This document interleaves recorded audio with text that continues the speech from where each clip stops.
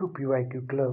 तर मित्रांनो, आज आपण पाहणार आहोत MPSC gazetted services preliminary examination 2024 या परीक्षेसाठी राज्यसेवा प्रिलिमिनरी एक्झामिनेशन 2018 या वर्षामध्ये जनरल सायन्स या विषयाचे PYQ ॲनालिसिस. तर मित्रांनो, आजपर्यंत आपण पाहिलेलं आहे 2023, नंतर 2022, 21, 20 आणि 19 अशा या 5 वर्षांचं PYQ ॲनालिसिस जनरल सायन्स या विषयाचं आपण ऑलरेडी पाहिलेलं आहे. जर तुम्हाला ते पाहायचं असेल तर तुम्ही आपल्या यूट्यूब चॅनलवरती जनरल सायन्स या विषयाची एक प्लेलिस्ट आहे, तिथे तुम्ही हे व्हिडिओ पाहू शकतात. तर चला आज आपण आपल्या पहिल्या प्रश्नाकडे जाऊयात. तर पहिला प्रश्न आहे, which of the following describes the geostationary orbit correctly? Altitude of 20,000 km above the sea level and orbital period is 12 hours. Altitude of 36,000 km above sea level and orbital period is 24 hours. Third आहे, altitude of 400 km above the sea level and orbital period is 90 minutes. तर मित्रांनो, याचं उत्तर आहे option 2, altitude of 36,000 km above the sea level and orbital period is 24 hours. तर हे जिओस्टेशनरी ऑर्बिटचं feature आहे, हे तुम्हाला लक्षात ठेवायचं आहे. तर बघा, जिओस्टेशनरी ऑर्बिटला जिओस्टेशनरी ऑर्बिटच का म्हणतात?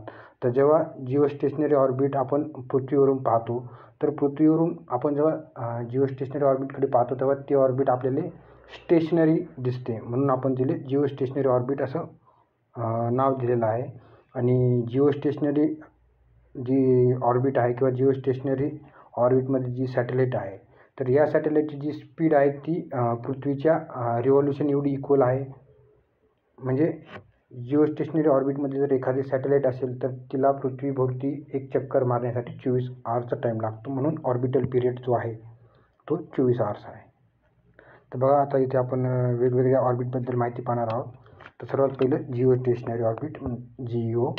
Satellites in geostationary orbit circle earth above the equator from west to east. हे लक्षात ठेवा, वेस्ट टू ईस्टमध्ये सर्कल करतात. Following earth rotation taking 23 hours 56 minutes and 4 seconds by traveling at exactly the same rate as Earth. This makes satellites in geostationary Earth orbit appear to be stationary over a fixed position. In order to perfectly match Earth rotation, the speed of geostationary Earth orbit satellites should be about 3 km per second at an altitude of 35,786 म्हणजे approx 36,000 kilometre. This is much farther from earth surface compare to many satellites. त्याचा आपण पाहणार आहोत पुढचा type low earth orbit काय असते. A low earth orbit is, as the name suggest, an orbit that is relatively close to earth surface. It is normally at an altitude of less than 1,000 kilometre but could be as low as 160 km above Earth, which is low compared to other orbits but still very far above Earth surface. तर पुढचा type आहे medium earth orbit. Medium earth orbit comprises a wide range of orbits anywhere between low earth orbit and geostationary earth orbit. It is similar to low earth orbit in that it also does not need to take specific paths around Earth, and it is used by variety of satellites with many different applications. It is commonly used by navigation satellites. म्हणजे GPS आहे, तसं इंडियाचं नॅविक आहे तसं, आणि युरोपचं Galileo आहे. हे जे नॅव्हिगेशन सॅटेलाईटचे नाव आहे ते तुम्हाला लक्षात ठेवायचे आहे. आणि या सर्व सॅटेलाईट मीडियम अर्थ ऑर्बिटमध्ये असतात. तर बघा, सन सिंक्रोनस ऑर्बिट काय असते ते पाहूयात. It is a particular kind of polar orbit. Polar orbit म्हणजे बघा, हे जे बाकीचे अर्थ ऑर्बिट होते तिथं वेस्ट टू ईस्ट हे करायचे, ते मुवमेंट करायची, पण पोलर ऑर्बिटमध्ये फ्रॉम नॉर्थ टू साऊथ किंवा साऊथ टू नॉर्थ असं मुवमेंट होते, म्हणून त्याला पोलर ऑर्बिट म्हणतात. Satellites in sun synchronous orbit travelling over the polar regions are synchronous with the sun. This means they are synchronized to always be in the same fixed position relative to the sun. This means that the satellite always visits the same spot at the same local time. For example, passing the city of Delhi every day at noon exactly. म्हणजे सनसोबत जर एखादी orbit synchronous असेल तर त्याला आपण सन synchronous म्हणतो. जर अर्थसोबत जर सिंक्रोनस असेल तर त्याला आपण जिओ स्टेशनरी ऑर्बिट म्हणतो. आणि अशा पद्धतीने आपण त्याची नावं ठेवलेली आहेत. आय होप की तुम्हाला हा क्वेश्चन समजला असेल. तर आता आपण पुढच्या प्रश्नाकडे जाऊयात. In Fresnel's biprism the value of wavelength depends upon. पहिला आहे the distance between two coherent sources. दुसरा आहे द फ्रिंज विड्थ. तिसरा आहे the distance between slit and eyepiece of telescope. तर मित्रांनो याचं उत्तर 4 येते, ऑल ऑफ द अबव्ह. तर बघा Fresnel बायप्रिझम is a thin double prism placed base to base and has a very small refracting angle. This is equivalent to a single prism with one of its angles nearly 179 degree and the other two of 0.5 each. The interference is observed by the division of the wavefront. तर बघा the वेवलेंथचा formula दिलेला आहे. Wavelength equals to fringe width into distance between slit and eyepiece upon distance between two coherent sources, hence it depend on all of the above factors. तर हा question कुठला आहे तिथे source दिलेला आहे तुम्हाला क्लास 12 स्टेट बोर्ड फिजिक्स या विषयाचा क्वेश्चन चॅप्टर 7 वेव्ह ऑप्टिक्स. ह्या चॅप्टरमधून तुम्हाला हा क्वेश्चनचं उत्तर किंवा एक्सप्लेनेशन जर तुम्हाला पाहायचं असेल तर ते भेटून जाईल. तर आता आपण पुढचा प्रश्न पाहूयात. What focal length should be spectacles have for a person for whom the least distance of distinct vision is 50 cm. तर मित्रांनो आता डायरेक्ट आपण न्यूमेरिकल असल्यामुळे डायरेक्ट फॉर्म्युला पाहूयात. बघा for a normal person the least distance of distinct vision is 25 cm, but in this problem the least distance of distinct vision is 50 cm. म्हणजे हे normal केसमध्ये पाहिजे, पण गिवन आपल्याला 50 cm आहे. आता बघा एक फॉर्म्युला आहे किंवा आपण त्याला लेन्स फॉर्म्युला असं म्हणतो. 1/f equals to 1/p minus 1/u वाला. तर बघा इथे हेअर जो आपल्याला given distance of distinct vision जे आहे त्याला आपण व्ही मानतो, -50 cm आहे. यू म्हणजे जे नॉर्मल आहे किंवा स्टँडर्ड आहे डिस्टन्स ऑफ डिस्टिंक्ट विजन त्याला आपण स्मॉल यू मानलं, त्याला -25 cm. आणि फॉर्म्युल्यामध्ये जर ह्या व्हॅल्यू पुट केल्या तर बघा 1/f equals to -1/50 minus of -1/25. तर 1/f equals to 1/50, f equals to 50 cm येत आहे. Hence focal length should be 50 cm आणि पॉझिटिव्ह आल्यामुळे convex lens should be use. हे लक्षात ठेवायचं आहे. म्हणून याचा आन्सर 250 cm कॉन्व्हेक्स लेन्स येते. तर आता आपण पुढचा प्रश्न पाहूयात. पुढचा प्रश्न आहे a resistor of 10 ohm connected across a cell of EMF 12 volt draws the current of 1.1 ampere. Find the internal resistance of the cell. बघा आपल्याला गिवन काय आहे तर कॅपिटल R 10 ohm दिलेला आहे. नंतर व्होल्टेज दिलेला आहे V 12 volt. कधी कधी व्होल्टेजला ईने सुद्धा शो केलं जातं. आणि करंट I दिलेला आहे 1.1 ampere. आणि आपल्याला विचारलेलं काय आहे तर बघा find the internal resistance of the cell म्हणजे स्मॉल r काढायचा आहे. तर आता आपण फॉर्म्युला यूज करूयात. V is equal to IR वाला. हे बघा V is equal to IR हा जो फॉर्म्युला आपण तो इथे यूज केला, पण इथे रेजिस्टन्स दोन आहेत, एक्सटर्नल रेजिस्टन्स बी आहे आणि इंटरनल रेजिस्टन्स बी आहे. तर दोन्हीला ॲड करून आपण R+R असं लिहिलेलं आहे. Where V is voltage, I is current, R is external resistance आणि R इज इंटरनल रेजिस्टन्स. तर गिवन व्हॅल्यू जर आपण या इक्वेशनमध्ये पुट केल्या तर बघा 12 equals to 1.1 into 10 plus R आणि याला सॉल्व केले की R इक्वल्स टू 0.91 ओहम येते. म्हणून या प्रश्नाचं उत्तर 0.91 ओहम ऑप्शन 4 येत आहे. तुम्हाला हा फॉर्म्युला लक्षात ठेवायचा आहे. V is equal to IR किंवा वीर असं. आणि हा फार इम्पॉर्टंट फॉर्म्युला आहे. आत्ताच 2023च्या राज्यसेवा प्रिलिम्सवरती सुद्धा या फॉर्म्युल्यावरती जशाच तसा एक क्वेश्चन आलेला आहे. आता आपण पुढचा प्रश्न पाहूयात. Two parallel slits 1 millimeter apart are placed 1 meter away from the screen. What is the fringe separation due to interference effect when the beam of wavelength 500 nanometer is incident on them? तर मित्रांनो आता आपणच एक Fresnel प्रिझमवाला question पाहिला होता आणि त्याच्यामध्ये एक वेवलेंथचा फॉर्म्युला पाहिला होता. त्याच फॉर्म्युला आपण वापरणार. Wavelength equals to fringe width into distance between slit and eyepiece divide by distance between two coherent sources. तर आपल्याला गिवन आहे wavelength 500 × 10⁻⁹. Distance between slit and eyepiece दिलेला आहे 1 mm. Distance between two coherent sources दिलेला आहे 1000 mm. तर बघा आता या सर्व व्हॅल्यू जेव्हा आपण क्वेश्चनमध्ये पुट करू तर एक मिनटं. तर बघा वेवलेंथ दिलेली आहे 500 × 10⁻⁹ equals to distance between slit and eyepiece दिलेला आहे 1 mm म्हणजे fringe width into 1 mm divide by 1000 mm. आणि आपल्याला फ्रिंज विड्थच विचारलेली आहे ना क्वेश्चनमध्ये. बघा what is the fringe separation due to interference म्हणजे फ्रिंज विड्थच विचारलेली आहे.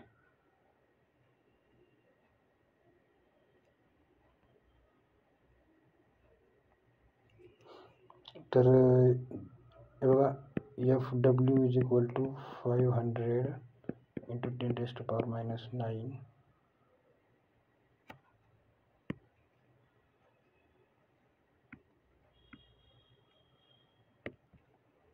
तर मित्रांनो ॲज सून ॲज तुम्ही हा क्वेश्चन सॉल्व कराल तर इथं FW म्हणजे फ्रिंज सेपरेशन किंवा फ्रिंज विड्थ आहे त्याची व्हॅल्यू येते 0.5 mm.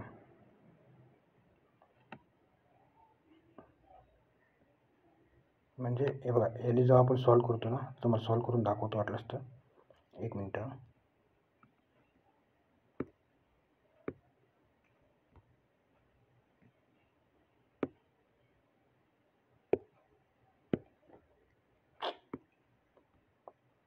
एकच मिनिट. ठीक आहे कॅल्क्युलेशन करू. बघा 500 × 10⁻⁹ मीटर mm इथे FW × 1 आहे अपॉन 1000 आहे.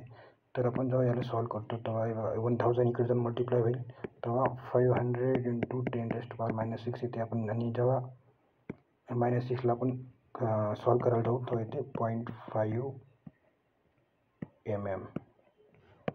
अशा पद्धतीनं याचं उत्तर 2.5 mm असं याचं उत्तर येते. तर हा फॉर्म्युला बघा तुम्ही याच परीक्षेमध्ये याच पेपरमध्ये याच्यावरती 2 क्वेश्चन आलेले आहेत. तर हा फॉर्म्युला तुम्ही कुठेतरी लिहून ठेवा. डबलसुद्धा याच्यावरती क्वेश्चन येऊ शकतो.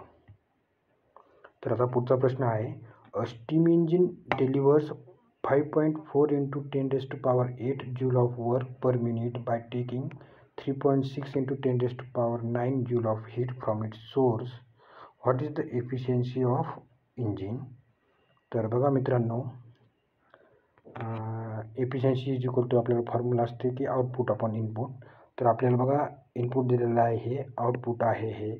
आणि जेव्हा आपण बघा फॉर्म्युल्यामध्ये efficiency is equal to output upon input put करतो 5.4 × 10⁸ upon 3.6 × 10⁹.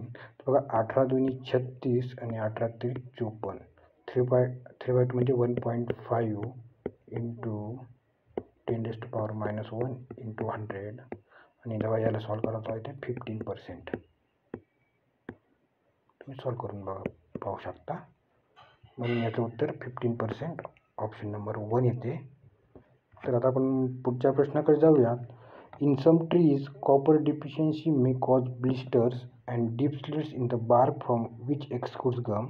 This disease is known as. तर पहिला आहे एक्झॅन्थिमा, दुसरा आहे व्हाईट बर्ड, तिसरा आहे डायबॅक आणि तिसरा आहे निक्रोसिस. तर मित्रांनो याचं उत्तर आहे एक्झॅन्थिमा option number 1.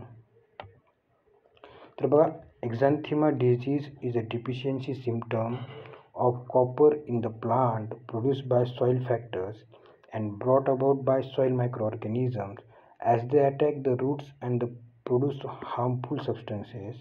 It causes the yield of gums on the bark and affects the fruit bearing capacity of the tree. Dying of the leaves is a major characteristic symptom of exanthema. Hence correct option is 1. Dieback, common symptom or name of the disease, especially of woody plants, characterized by progressive death of twigs, branches, shoots, or roots starting at the tips. Staghead is slow dieback of the upper branches of a tree. The dead, leafless limbs superficially resemble the stag's head.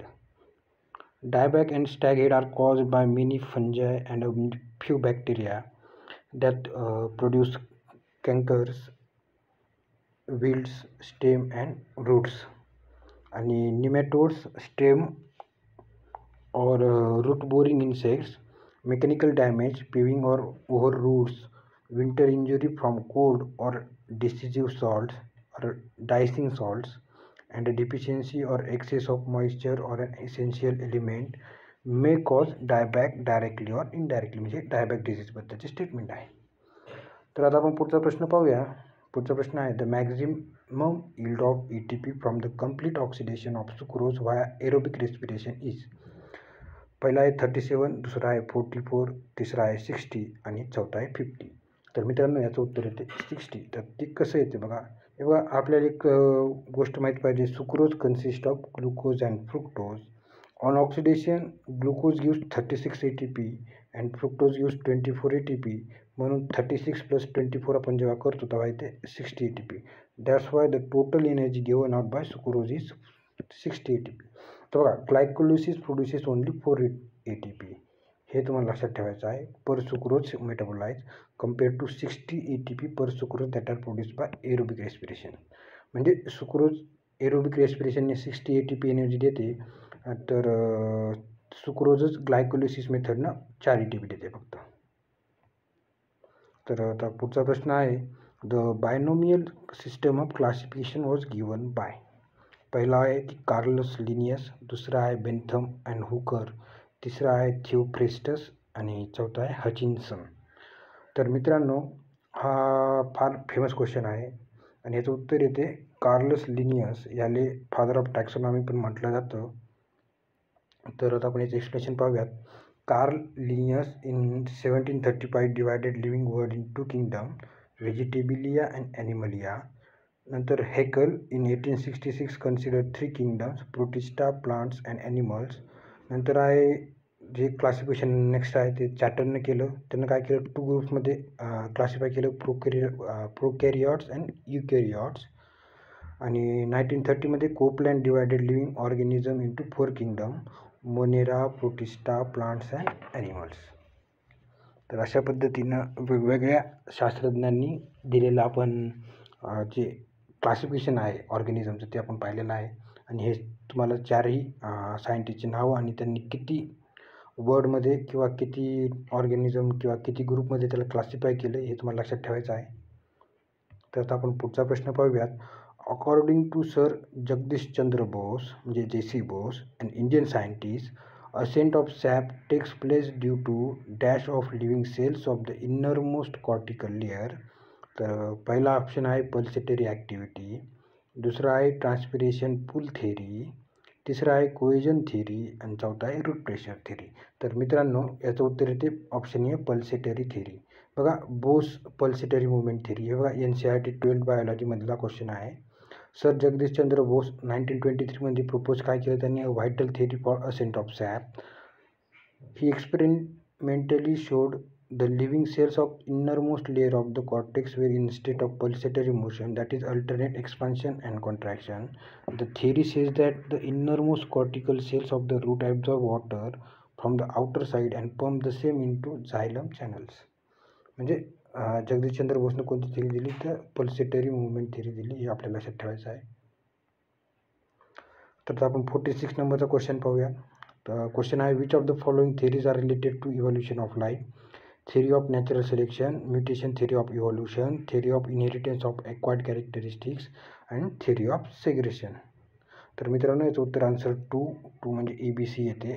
ABC या 3 theory evolution of लाईफसोबत related आहेत. तर याचा आता explanation पाहूयात. The theory of evolution by natural selection first formulated in Darwin's book on the origin of species, in the origin of species असं पाहिजे ते 1859मध्ये. तर कोण दिलेली थिअरी आहे, डार्विनने दिलेली आहे. कोणती theory, the theory of evolution by natural selection. It is the process by which organisms change over the time as a result of changes in heritable physical or behavioural traits. Changes that allow an organism to better adapt to its environment will help it survive and have more offspring. तर दुसरी theory आहे हुगो दिवॅरिज 1901 मध्ये put forward a theory of evolution called mutation theory. कोणती theory? तर mutation theory. The theory states that evolution is a jerky process where new varieties and species are formed by mutation, discontinuous variation that function as the raw material of evolution. पुढचं statement आहे mutations or discontinuous variations are the raw material of evolution. Mutations appear all of a sudden, they become operational immediately. Unlike Darwin's continuous variation or fluctuation, mutations do not revolve around the mean or normal character of the species. The same type of mutations can appear in a number of individuals of species. All new mutations are inheritable. Mutations appear in all conceivable directions.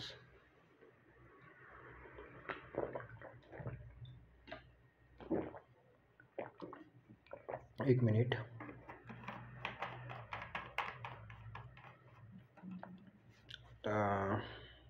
पुढची theory आहे बघा. पुढची theory लॅमार्कने दिली होती. Is best known for is theory of inheritance of acquired characteristics first presented in 1801. म्हणजे डार्विनच्या आधी ही थिअरी आलेली आहे. If an organism changes during life in order to adapt to its environment, those changes are pass on to its offspring. Lamarck also said that body parts that are not being used, such as the human appendix and little toes, are gradually disappearing. Eventually, people will be born without these parts. Lamarck also believed that evolution happens according to a predetermined plan and that the results have already been decided. तर शेवटचे आहे the theory of segregation deals with the meiosis. Meiosis असते एक sale डिव्हिजनचं type आहे. दोन type असते, एक असते मिओसिस, दुसरं असते मायटोसिस. तर theory of segregation deals with meiosis of human and does not deal with evolution of life. The theory is given by Mendel. आपला ग्रेगोर मेंडेलवाला मेंडेल. बघा आता आपण पुढच्या प्रश्नाकडे जाऊया. तर पुढचा प्रश्न आहे which of the following are hormones of the pituitary gland. म्हणजे पिट्युटरी ग्लँड कोणकोणत्या हॉर्मोनवरती कंट्रोल ठेवते किंवा रिलीज करते, या अर्थाने हा क्वेश्चन विचारलेला आहे. पहिला आहे TSH, दुसरा आहे STH, तिसरा आहे HCG आणि चौथा आहे EDH. तर मित्रांनो याचं उत्तर येते आन्सर 3 EBD. कसं येते ते बघा आता आपण पाहणार आहोत. Your pituitary gland is found at the base of your brain. म्हणजे ब्रेनच्या बेसमध्ये त्याचं लोकेशन आहे. कशाचं? पिट्युटरी ग्लँडचं. The pituitary gland makes many different hormones. Some of the hormones made in your pituitary gland signal other glands in your body telling them to make hormones. Your pituitary gland makes, बघा पहिलं असते growth hormone which regulates growth, thyroid stimulating hormone or TSH which tells the thyroid gland to make hormones, prolactin which controls breast milk production, adrenocorticotropic hormone ACTH which tells the adrenal glands to make hormones, follicle stimulating hormone FSH which is involved in the reproductive system, luteinizing hormone which is also involved in the reproductive system, somatotropin hormone STH is also called human growth hormone. It is secreted by anterior lobe of the pituitary gland. It helps to stimulate all the cells of body including bones. आता बघा your pituitary Gland also stores and releases oxytocin. Oxytocin काय असते बघा which is involve in child birth and breast feeding. हे पण एक हॉर्मोनचा प्रकार आहे. आणि दुसरा आहे vasopressin or anti diuretic hormone which helps control the amount of salt and water in your body. Anti diuretic hormone, amount of salt and water in your body. These hormones affect your metabolism, blood pressure, reproduction, other vital body function. Your pituitary gland is controlled by your hypothalamus.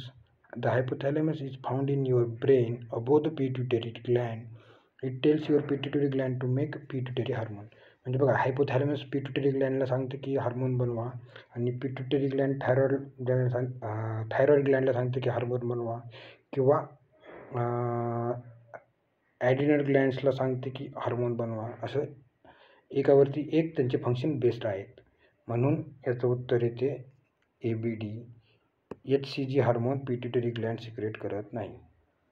तर HCG hormone जे दिलेलं नाही त्याबद्दल.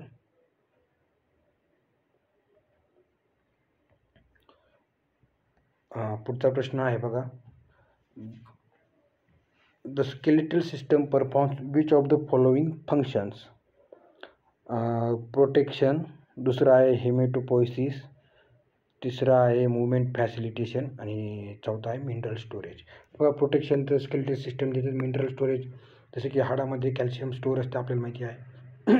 नंतर movement facilitation, मूवमेंटसुद्धा होते. आणि हेमेटोपोइसिस हे पण जे आहे ते स्केलेटल सिस्टमचं फंक्शन आहे. म्हणून ऑल ऑफ द अबोव्हचं उत्तर येते. इथे याचं एक्सप्लेनेशन दिलेलं आहे बघा. Primary function of the skeletal system include movement, support, protection of blood cells, storage of minerals, and endocrine regulation.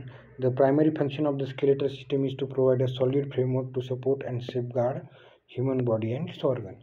The most common site of blood cell reproduction is the spongy tissue inside of your bone called bone marrow. Hematopoiesis that occurs in your bone marrow is called medullary hematopoiesis. Blood cells get made in your bone marrow and released into your bloodstream. म्हणून all of the above सर्वचे सर्व statement बरोबर आहेत. तर पुढचा प्रश्न आहे बघा. Gregor Mendel is often referred to as the father of genetics. लक्षात ठेवा कोण फादर ऑफ जेनेटिक्स तर ग्रेगर मेंडल.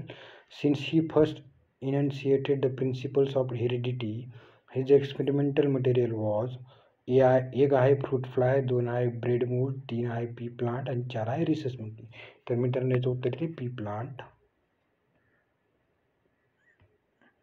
बघा Mendel spotted several advantages in choosing a pea plant.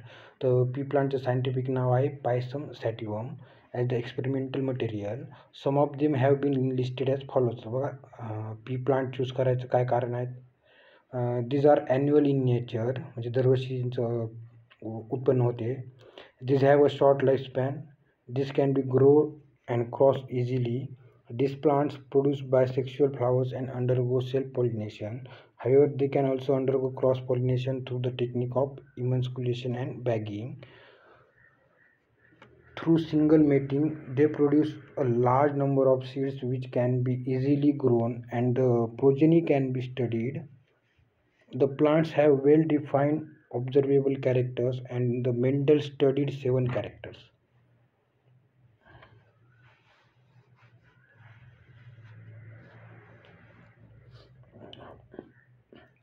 तर आता आपण पुढच्या प्रश्नाकडे जाऊयात. बघा हा प्रश्न केमिस्ट्रीचाच आहे. The element M in the Döbereiner triad Ca म्हणजे कॅल्शियम, यम अँड Ba म्हणजे बेरिलियम इज. तर आपल्याला यम ओळखायचं आहे. तर मित्रांनो यम म्हणजे स्ट्रॉन्टियम आहे इथे. बघा Döbereiner triads were group of elements with similar properties that were identified by the German chemist John Wolfgang Döbereiner. He observed that groups of 3 elements could be formed in which all the elements shared similar physical and chemical properties. Dobereiner stated in his law of triads that arithmetic mean of the atomic masses of the first and third element in a triad would be approximately equal to the atomic mass of the second element in that triad. He also suggested that this law could be extended for other quantifiable properties of elements such as density. तर बघा आपल्याकडे 4 set आहेत डोबेरेनर ट्रायडचे. पहिला आहे lithium, sodium, potassium. म्हणजे बघा 6.94 plus 39.1 जर केलं म्हणजे 39 प्लस 7 46 येते अप्रॉक्स. आणि 46/2 केलं तर 23 येते, जे की सोडियमचं हे आहे काय तर ॲटॉमिक मास आहे. तसंच क्लोरीन, ब्रोमिन, आयोडीन हा एक ग्रुप आहे. एक ग्रुप सल्फर, सेलेनियम, टेल्युरियम आहे आणि एक ग्रुप कॅल्शियम, स्ट्रॉन्टियम आणि बेरियम. तर आपल्याला हा ग्रुपमधलाच स्ट्रॉन्टियम मिसिंग होता, जो की आपल्याला याचं यम विचारला होता त्यांना, कोणत्या लेटरनं यम.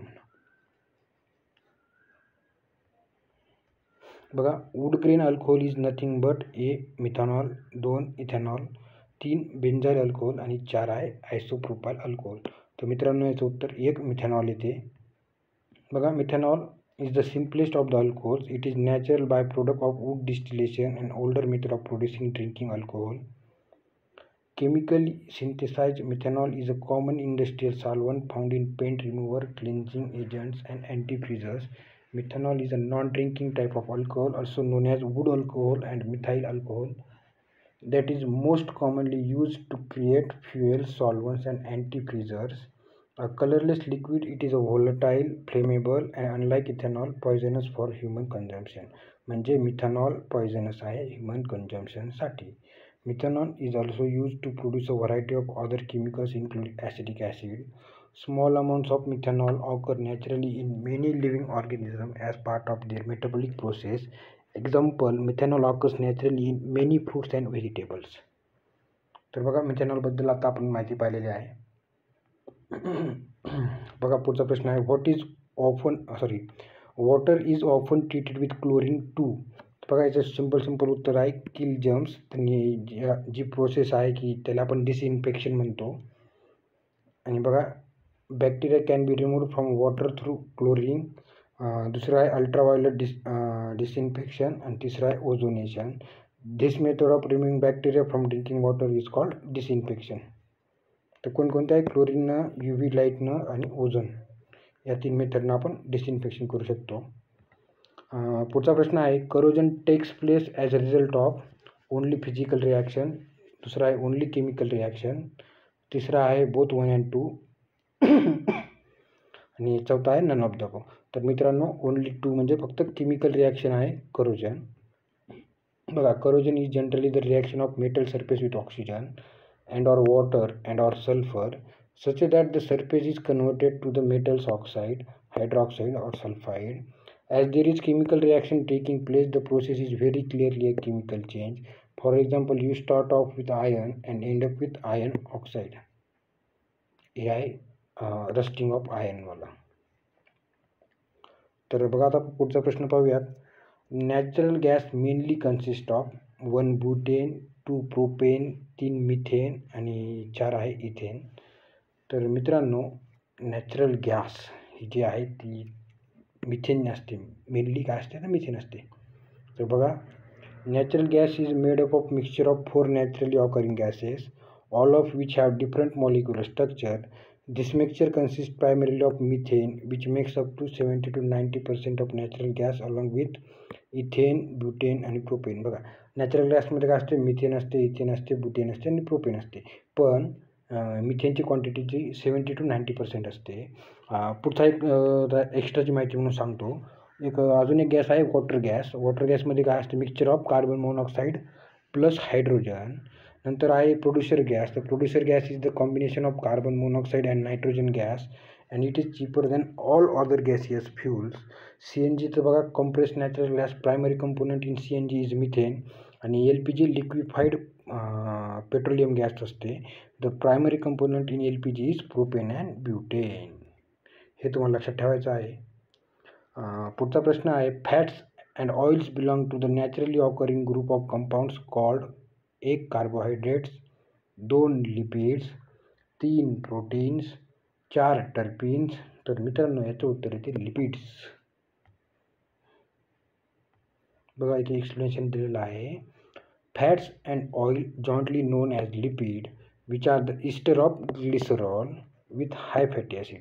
म्हणजे बघा लिपिड काय आहे तर इस्टर ऑफ ग्लिसरॉल आहे. Fats and oils are liquid. They are important energy stores in animals and plants. Fats are solid at room temperature, whereas oils are liquid. Hibernating animals survive by using up their stores of body fat. Some plant seeds survive because they contain a store of oil. Fats and oil do not mix with water. ही एक property लक्षात ठेवा fats and oil किंवा लिपिडची. तर बघा मित्रांनो अशा पद्धतीने आपण MPSC 2 राज्यसेवा प्रिलिम 2018 या वर्षाचे जनरल सायन्स या विषयाचे प्रिवियस इयर क्वेश्चनचे ॲनालिसिस पाहिलेलं आहे.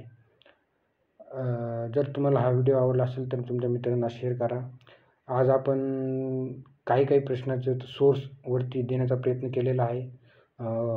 याच्यातून जेव्हा ही ॲनालिसिस करत आहोत तर एक असं कळून जाते की NCERT जे की 7वी, 8वी, 9वी आणि 10वीचं आहे. जर तुम्ही याला रेफर केलं म्हणजे 7वी, 8वी, 9वी, 10वीचं NCERT तर तुम्ही जवळजवळ 14 ते 17 क्वेश्चन आरामात कव्हर करू शकता. वरचे राहिलेले जे 3 ते 4 क्वेश्चन आहेत त्यासाठी तुम्हाला 11वी 12वीचं पुस्तक रीड करावं लागणार आहे. जर तुमच्याकडे टाईम असेल तर तुम्ही तेवढी रिस्क घेऊ शकता आणि 11वी 12वीचं NCERTचं पुस्तक वाचू शकता. आणि जर नसेल तर मग 7वी 8वी 9वी 10वीचं जर सायन्स तुम्ही चांगल्या पद्धतीने केलं तरीसुद्धा मोर दॅन सफिशियंट आहे तुमची प्रिलिम्स एक्झामिनेशन क्वालिफाय होण्यासाठी. तर आता इथेच थांबतो आणि तुम्हाला जर हा व्हिडिओ आवडला असेल तर लाईक आणि सबस्क्राईब करा आणि तुमच्या मित्रांना शेअर करा. Thank you very much.